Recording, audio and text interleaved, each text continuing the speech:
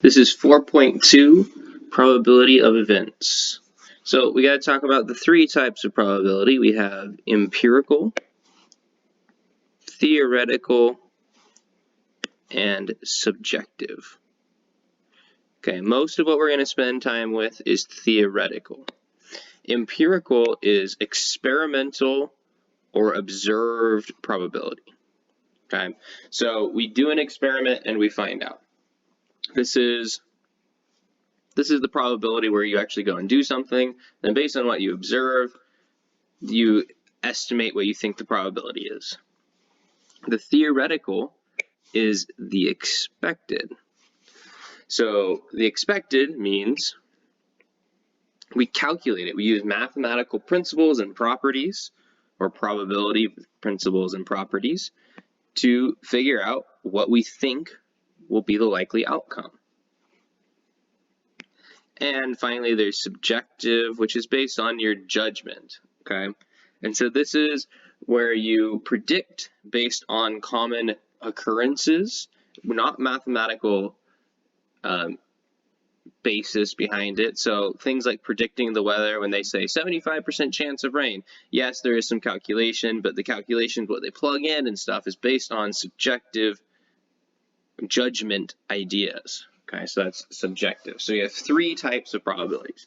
Like I said, we are going to focus mostly on theoretical probability. And that is given the variable capital P, and then in parentheses, what we're talking about. So capital P of A, that's how you say it, P of A, where A is the event that is going to occur. So it's the expected probability of event A occurring. So if we talked about a coin flip, if I have a coin flip, hopefully you know we have two possible outcomes in a coin flip.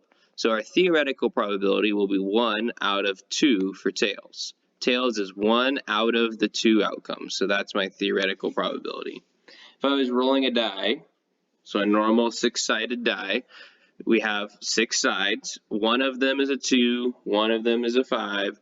So we know that this is a 2 out of 6, which we can simplify to 1/3 probability of occurring, of getting either a 2 or a 5 when we roll a die. Okay. The empirical probability. So we're not going to spend too much time. This is kind of the only objective we're going to really talk about empirical probability. Notice it looks very similar to our theoretical probability. The only thing that's missing is this little apostrophe, which in math we call a prime. So this is P prime of A. So P prime of A is the experimental or empirical probability, and it's what we would actually observe. Okay, the observed probability of an event. Where theoretical probability we kind of think about, it's theoretical, we think about what could possibly happen, and then we calculate it based on those ideas and those properties. Empirical, we actually go and do something. So example 3 here, we flip a coin with 104 heads and 96 tails. Notice that is 200 flips of the coin, right? 104 plus 96. And we calculate it. So P prime of A is how many we observed divided by the total number. Very similar to theoretical probability. So the P prime of tails from this experiment is 96 out of 200, which we can simplify. I don't know about you, but I am going to use the decimal because, yes, fractions are cool, but decimals are easier to work with. So 96 divided by 200, 0.48, or 48% chance. Okay, so a lot of times we actually write this as percentages. If you didn't know, probability, you can write a fraction, a decimal, or a percent. All of them are the same. Okay, they all directly relate to each other. They all mean the exact same thing. So heads in this experiment, my specific experiment now, so empirical probability, I would 104 divided by 200, and I get 0.54. I can stop there, or 54%. Based on our probability, we have that. Okay, do not confuse that with part C. Notice part B and part C look like the same, but they're asking very different things. So this is the theoretical probability. So if I'm trying to flip a coin and I'm looking for heads, I expect 1 out of the 2 because I have 1 head out of 2 options, which we can also divide and write as a decimal. You don't have to, but you can. And a lot of times it's easier to compare percentages. So 50%. So we would expect 50%. That's not what we got. Okay. 54% based on this experiment, which, by the way, I actually did this experiment. That's where I got this number from. It's a real experiment. Okay. Even with 200 coin flip, it's not going to be exactly the same. And it's not. Oops, this is incorrect. I'm sorry about that. This is 52%. 52%. But anyways, so it's not exactly the same as the theoretical, and that's what's going to happen in real life. And we get to a very, very important term, or not term, but phrase, and that is the law of large numbers. I'm going to talk about this a lot. A lot of people forget about this, okay? So the law of large numbers says, as the number of trials increases, the experimental probability, that is the empirical probability,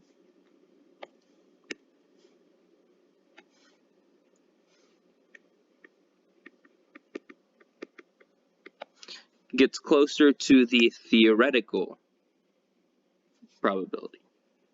Okay, so that's saying in this experiment, if we flip the coin more, it's going to be even closer to the theoretical probability. So if we flip the coin 20,000 times, it might not be exactly the same, but it'll be like 50.0002%. Okay, it'll be very, very close to the actual theoretical probability, which with only 200 flips of a coin, notice it's a little bit off.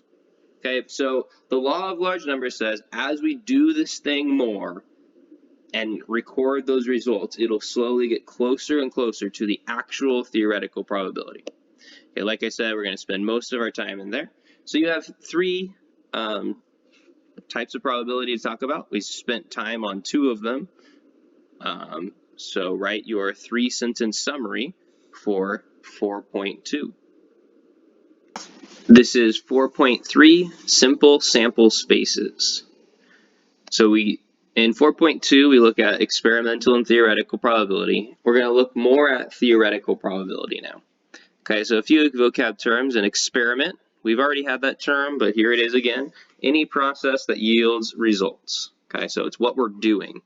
Then we have the outcome. The outcome is one particular result of the experiment. Usually the outcome is something we are looking for. And we have the sample space, which is the list of all possible outcomes. Okay, so sample space S, and if you look at the number of things in the sample space, that is our total number of possible outcomes. So, for example,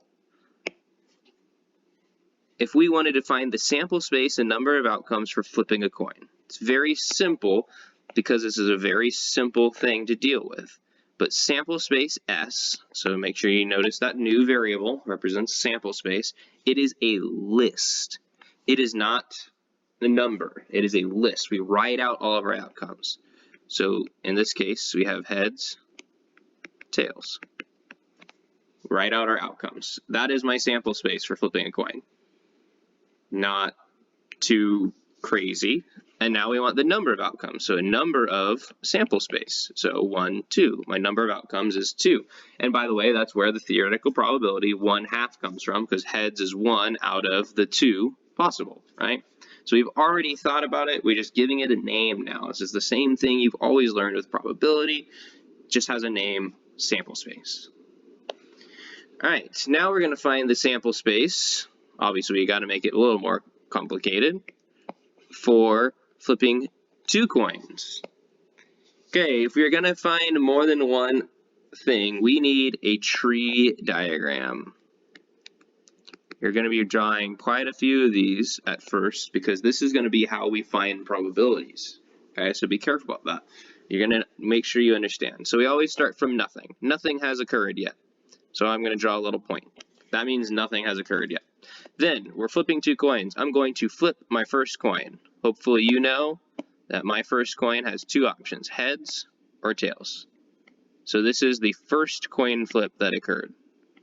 It's a tree diagram is a linear thing as you add more. Okay, so if I got heads on my first coin flip, then I'm going to flip my second coin. That coin has heads or tails. But I could have also gotten tails on my first coin. So if I got tails on my first coin, now I'm going to flip again. In this case, the outcomes don't change based on your previous outcomes. Sometimes they do, sometimes they don't. So this second row represents a second coin flip. And notice we would keep branching off from each possible outcome. If we did 3 coin flips, I would have 2 branches off from each one of these. If I had 4 coin flips, I'd have 2 more branches off of each one of those, and it just expands more and more and grows exponentially. Okay, so make sure you understand that. So my sample space, that's the first thing it asked for. All right, so it's from the 2 coin flips. So we follow the branches. So heads, heads. That's the first one, right? So I'll write that in. Heads and heads. Heads on both of the coins.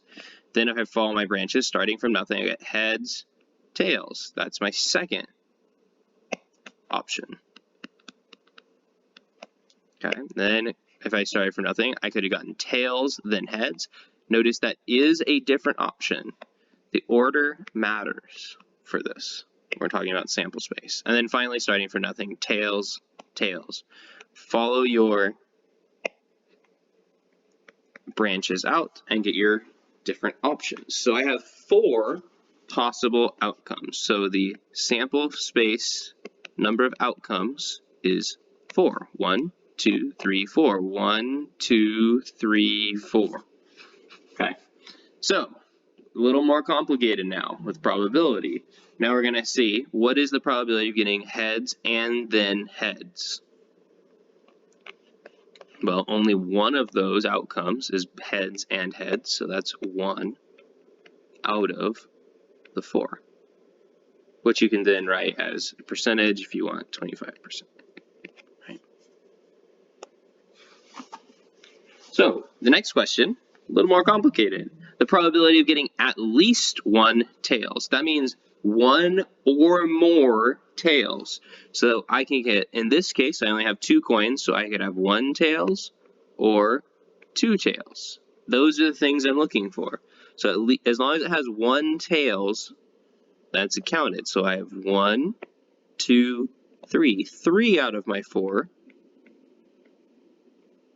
Or we can write the percentage, 75%. So 3 out of the 4 outcomes had at least 1 tail. So 1 tails or 2 tails because I had 2 coins. If I had 5 coins that said for at least 1 tails, I'd have 1 tails, 2 tails, 3 tails, 4 tails, 5 tails. Okay, at least means that value or more.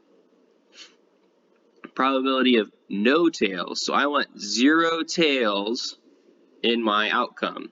So anything that has a tails, a T, is out. So there's only one of them, and that's actually happens to be the same as the first question because it happens to be 25%, and the only one that has no tails is the heads.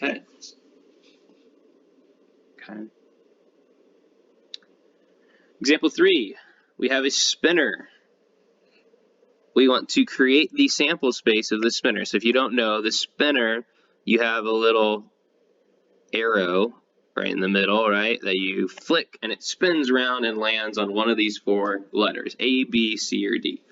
Okay, so if I'm making my sample space here, start out from nothing, and then I'd spin my first spin. I'm going to really spread it out, and you'll see why in just a sec. So I have A, B, C, or D. And that is my first spin. But I'm doing 2 spins on the spinner. So if I spun it and got A, I would spin it again, and I could land in all 4 things. So 4 branches per thing. And then same thing here. Gonna have to squish it a little bit more. It's way harder to fit all of this in when you have more things. But you do need to understand that each one branches off the same. and that is representing my second spin. These are all the different outcomes from my second spin. So if I wanted to list the sample space, I'm going to use a different color now just because it's going to have a lot of stuff here. This is going to be a long list because I have A and then A. Then I have A and then B. And then A and then C, and then A and then D, and then B and then A, B and then B, B and then C, B and then D, and then C and then A, C, B, C, C, C, D, and finally my last section here is D, A, oops, D, B, D, C, and D, D. Notice as you have more options initially, your branches do lie. If I had 3 spins, I'd have to each one of these have 4 branches branching off of it. Okay. And we also need to talk about the number of outcomes. So if you haven't told, you can count all these, but you can also always, hopefully you were able to tell now, that if you count this the number of options in the last column, or last row, I guess, last row, that'll equal your number of samples. But we can check 1, 2, 3, 4, 5, 6, 16. 1, 2, 3, 4, 5, 6, 7, 8, 9, 10, 11, 12, 13, 14, 15, 16. See? It's the same. 16 possible outcomes. Okay? Then we ask, what is the probability of getting 2 C's? So the only option right here is this one right here, right? CC. So it's 1 out of 16. Okay, I'm just going to leave it in a fraction. I don't want to have to divide that. Exactly 1 B. So it has to have 1 B. Not 2 B's, but exactly 1 B. So this one does not work. So this one, oh, this one, this one, this one, this one, this one, this one. So 1, 2, 3, 4, 5, 6 out of 16, which if you're going to leave it as a fraction, you have to simplify. So both 2 goes into both. So 3 out of 8. Or you could divide into a decimal. Either way is correct. Now I have no A, 0 A's. So as if it doesn't have an A, it's good. So these first few all have A's in them, and then no A. So 1, 2, 3, 4, 5, 6, 7, 8, 9 out of 16. And then simplify if possible, but it's not possible. So that is my answer. Okay. All right, then we get to example 4, 1 blue, 1 red, and 1 yellow marble. Okay, I'm gonna draw 2 different diagrams, basically. I'm not gonna find any probabilities here, just gonna look at the 2 different diagrams. So the first one is with replacement. Hopefully you know what that means. That means we put the marble back. So if I have 1 of each, when I take my first thing, I have 3 options. A blue marble, a red marble, or a yellow marble. Then, no matter what I drew out, I put it back. So when I draw my second one, no matter what I got, I still have 3 options. Blue marble, a red marble, or a yellow marble. And so you can see I have a total of 9 options there. Okay, but we could change it up. What if it's without replacement? That means without.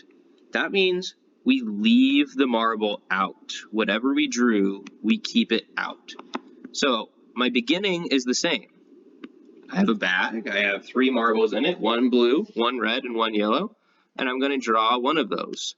But now is when it's going to change. If I drew the blue marble out, I'm going to leave it out of the bag. So how many marbles do I have left? 2.